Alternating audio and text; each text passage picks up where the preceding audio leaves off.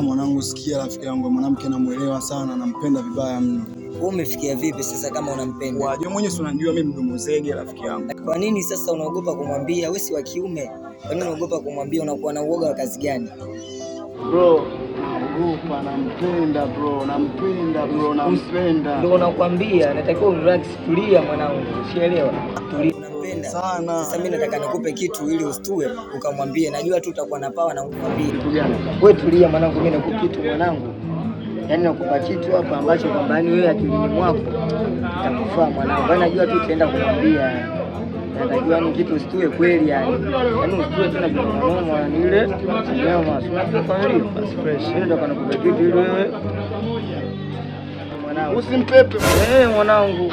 Ndio sija kutumia. Siwazo mwanangu. Watu wanajikaga unajua. Siku moja sio mbaya familia.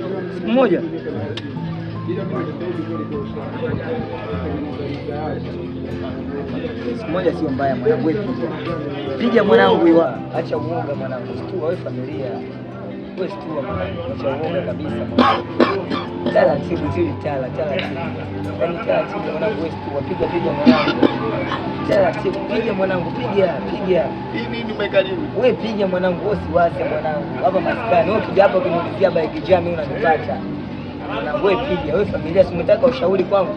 Wewe chukua mwanangu mazingira. Yaani fresh ukishamfuata mwanangu ile konki yani. Yaani hapo huwezi kuchomoa mwanangu. Yaani huwezi kuchomoa kabisa mwanangu. Wewe mfuate mwanangu. Alafu mwambie.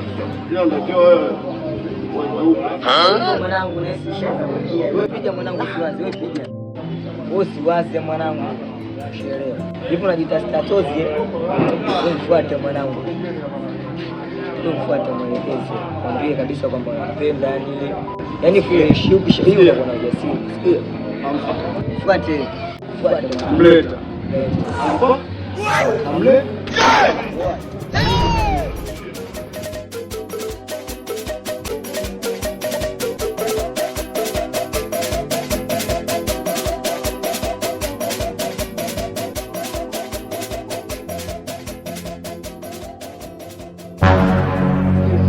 Mimi nakuelewa sana rafiki yangu. Mbona unapenda kunitesa sana moyo wangu rafiki yangu? Unapenda sana kunitesa moyo wangu. Wewe sikia. Mimi kwa sasa hivi naondoka na wewe na kuoa. Nishakwambia.